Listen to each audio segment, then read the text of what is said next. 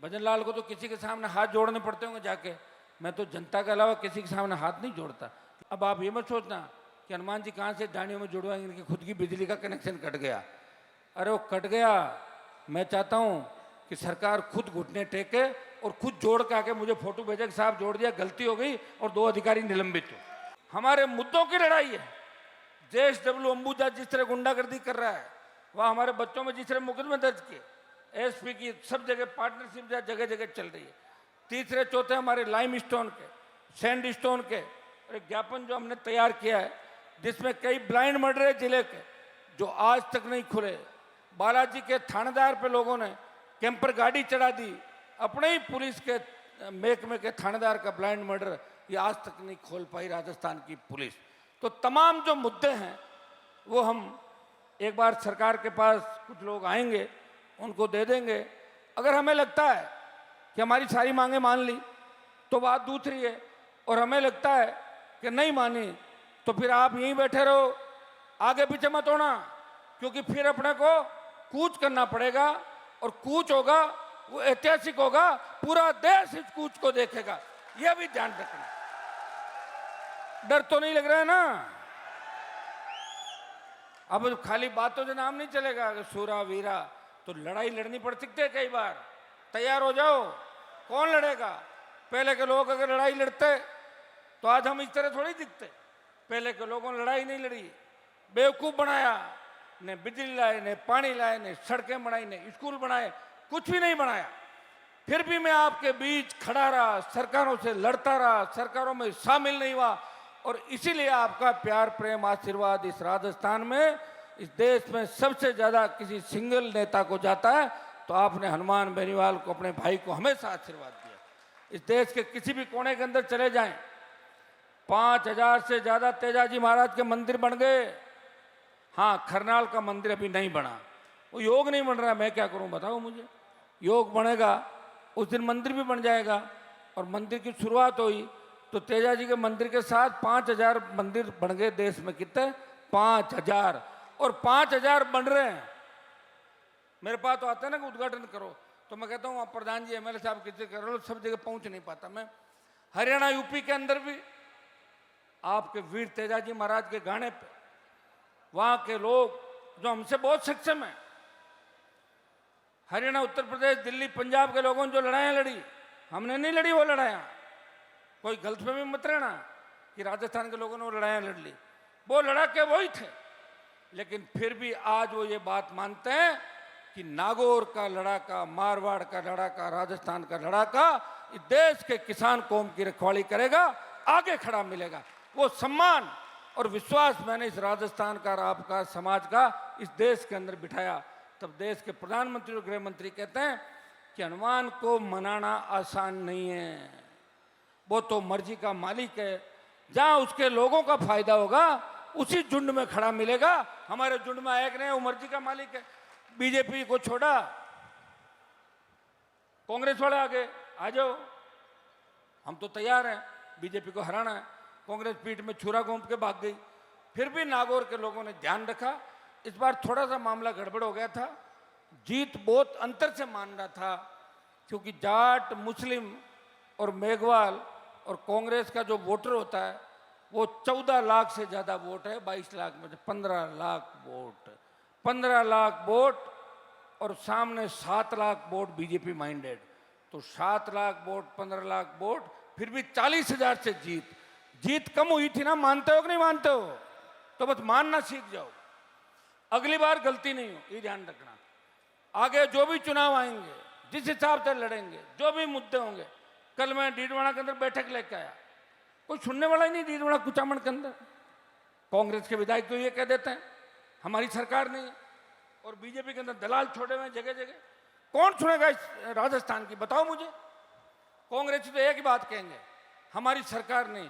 और सरकार थी जब सारे पेपर आउट करा दिए, सरकार थी जब बजरी माफिया को अपना बाप बना लिया कांग्रेस के नेता, ये पिताजी इनके बजरी माफिया जो बदमाश था, सरकार थी तब मजे लिए। अब उस माल को पचाने का काम करें।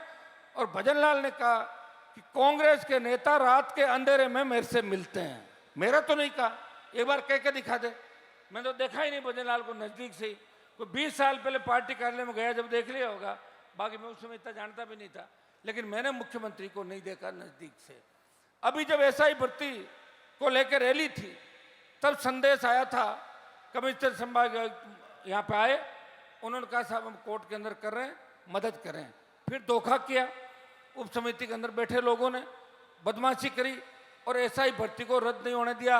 लेकिन हाई कोर्ट में जो सुनवाई चल रही है भाइयों, इस राजस्थान के जवानों की हुंकार का और दिल्ली कूच का इतना बड़ा दबाव राजस्थान के अंदर हर वर्ग हर नेता के अंदर है कि सरासर अन्याय हो रहा है। और आज हाई कोर्ट के अंदर एडीजी एसओजी ने कहा कि 50 नहीं, इससे ज़्यादा लोग फर्जी है। हाई कोर्ट सन रह गया, ये क्या हो रहा है?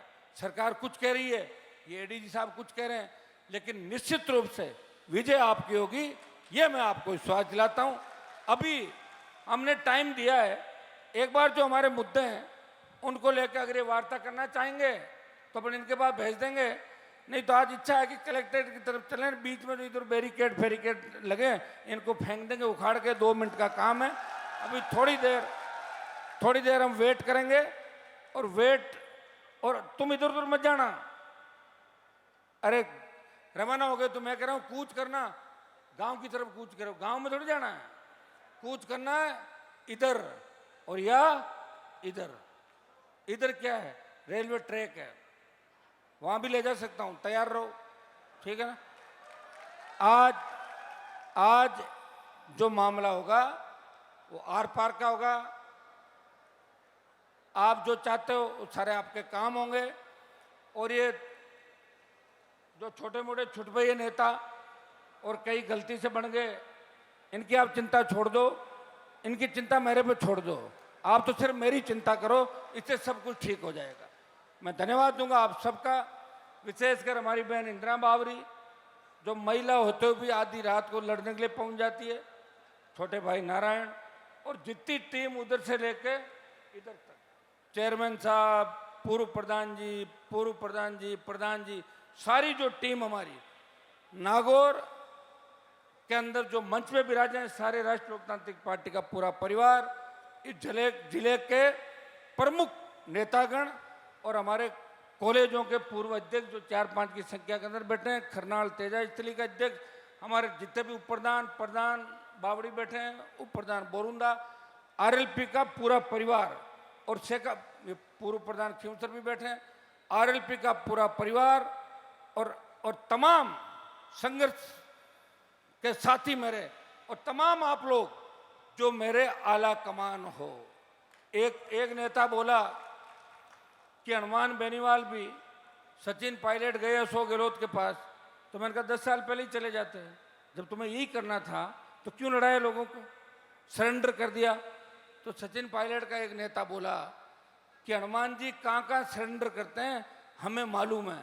हाँ ये सही है, मैं सरेंडर करता हूँ, लेकिन राजस्थान के जवान और किसान के सामने सरेंडर करता हूँ, बाकी दुनिया की कोई ताकत नहीं जो हनुमान बेनीवाल को पद के लालच के अंदर या दूसरा कोई प्रलोभन देके झुका सके, रोक सके। मैं यही चाहता हूँ कि नागौर हमारा हाईटेक सिटी बने। ये जो रोड बनी कैसी अच्छी बनी कि नहीं बनी? रोड अच्छी है ये वाली मानेसर वाली, वो गोगड़ा वाली मैंने कहा ना तोड़ के बना रहा हूँ। देश में 2 ही रोड टूट के बन रही है, एक राजस्थान के नागौर में और एक दूसरी जगह पूरी तोड़ के बना के उस ठेकेदार की चटनी बना दी, सांस नहीं आ रही उसको। ये जो पुल गलत बना है, पुल की जांच करा रहा हूँ, मुकदमे दर्ज होंगे और जब दिल्ली के मुकदमे दर्ज होंगे तो आप जानते हो जेल निश्चित है, चाहे कोई भी हो। इसको भी ठीक करा रहा हूँ। नागौर में 2-3-4 रोड हमारी और है जो सिटी के अंदर, इनको ठीक करा रहा हूँ। हमारे केंद्रीय विद्यालय खींवसर पर्वत से डीडवाना को बीच में कई कारण रह गए, सरकार भी नहीं चाहती, इनको हम चालू कराएंगे। और दिल्ली की खूब सड़कें, जिस तरह प्रधानमंत्री ग्राम सड़क योजना की सड़कें लाए, देश में सबसे ज़्यादा दिल्ली की CRF और PMGSY की और सड़कें भी हम लेके आएंगे। अब जो 250 की आबादी की ढाणियाँ हैं उसमें गलत तरीके से हमें बताया, तो हम चाह रहे हैं कि उसको सही करें। और 250 की आबादी की अगर सारी ढाणियाँ, जो 11 की PhD का सर्वे था, उसमें हम कोशिश करें कि सारी ढाणियों को जुड़वा दें। तो मेरे हिसाब से नागौर, डीडवाना, कुचामन में ज़्यादातर ढाणे और मकानों में डामर सड़कें हो जाएगी आपके, चिंता करने की आपको आवश्यकता नहीं।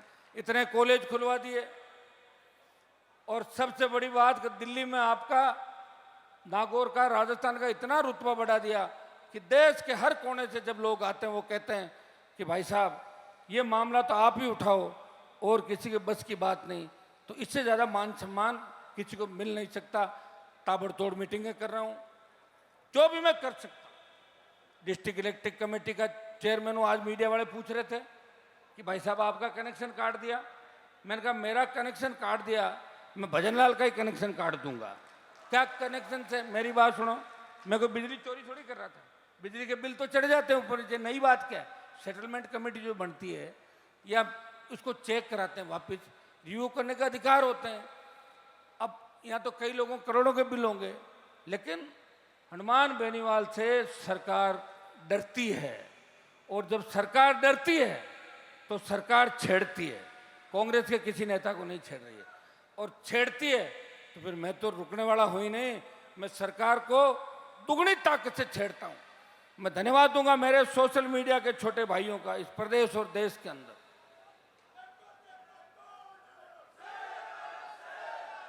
आपने हैशटैग चलाया भजनलाल हटाओ राजस्थान बचाओ, शाम को शुरू है, दूसरे दिन 1 बजे तक 5,60,000 से ज़्यादा ट्वीट कर दिए। भजनलाल जी रोए दिल्ली वालों के सामने।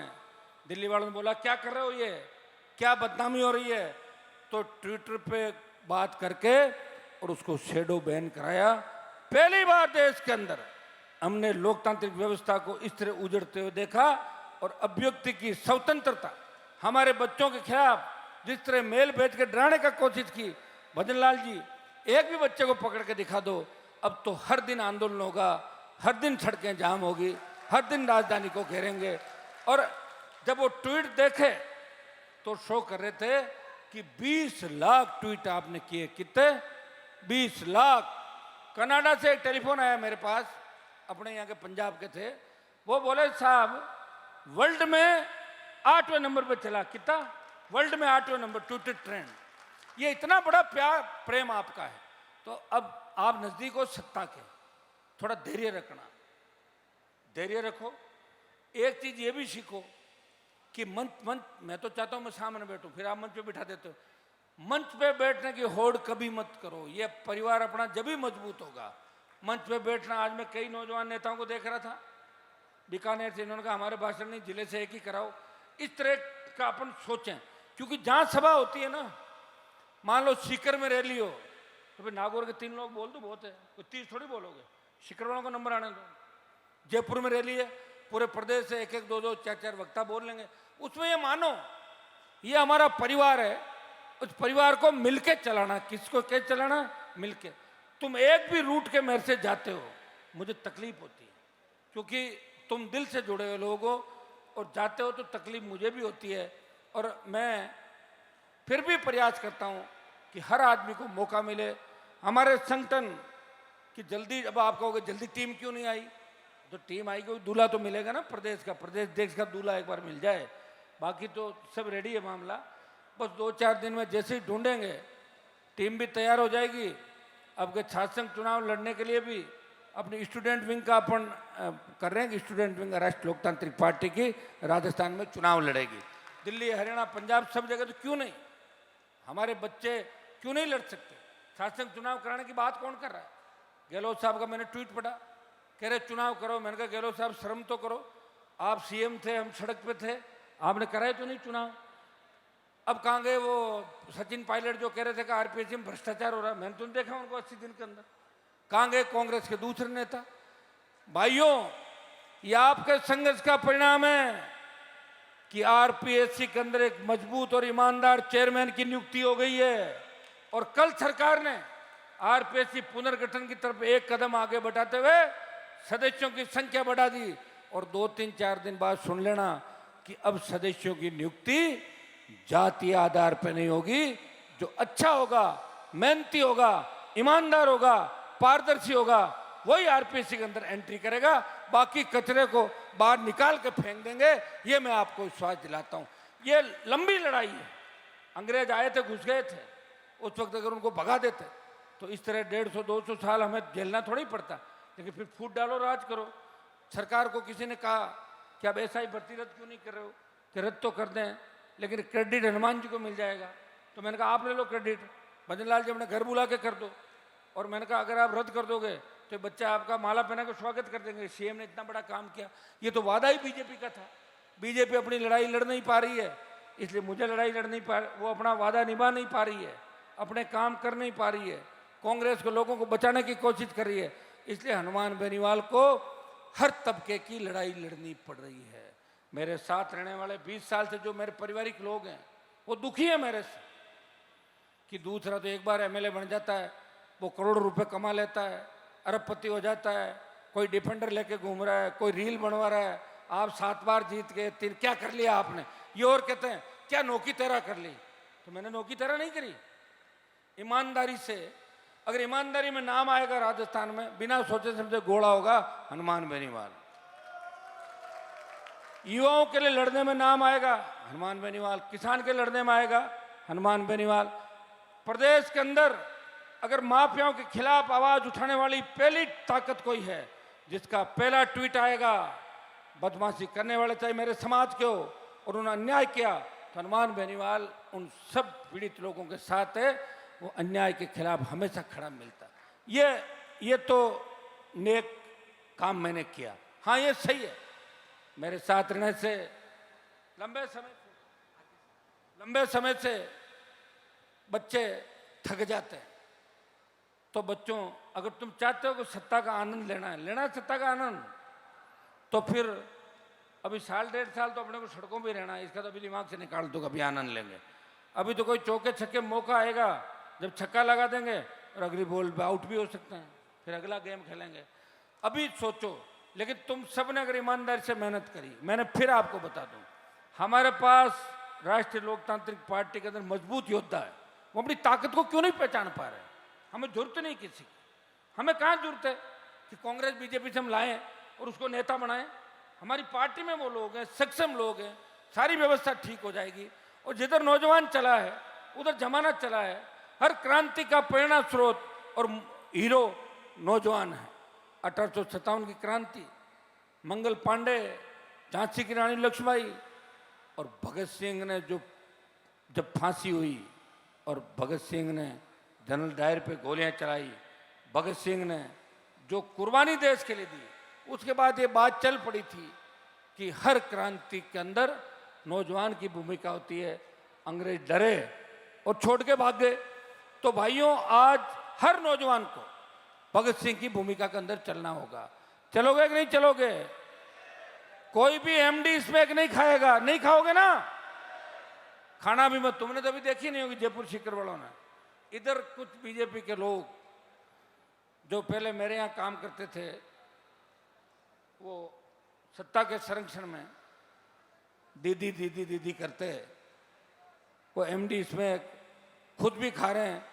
मुझे लग रहा खुद खाते खाते दीदी को नहीं सिखाते, दिक्कत हो जाएगी बाद में बहुत बड़ी। एक बार इसकी आदत लगने के बाद कह रहे छूटती, कहीं छूटे कौन छूटे? हाँ तो फिर ये तो दिक्कत हो जाएगी मेरे भाई। इसलिए बच्चों को, नौजवानों को एक ही संदेश दूंगा, छोटी छोटी बातों में झगड़ा नहीं करना, गाड़ी धीरे धीरे चलाना, स्पीड तुम्हें पता है, और छोटी बात पे नाराज नहीं होना। अगर किसी के मैं नहीं आ पाऊं तो जब दूसरा कोई अच्छा दिन हो उस दिन ले जाओ, वैसे ही 150 गाड़ी साथ चलती, उतना सम्मेलन कर लेंगे, जहाँ भी जाएंगे। इतना बड़ा मन रखो।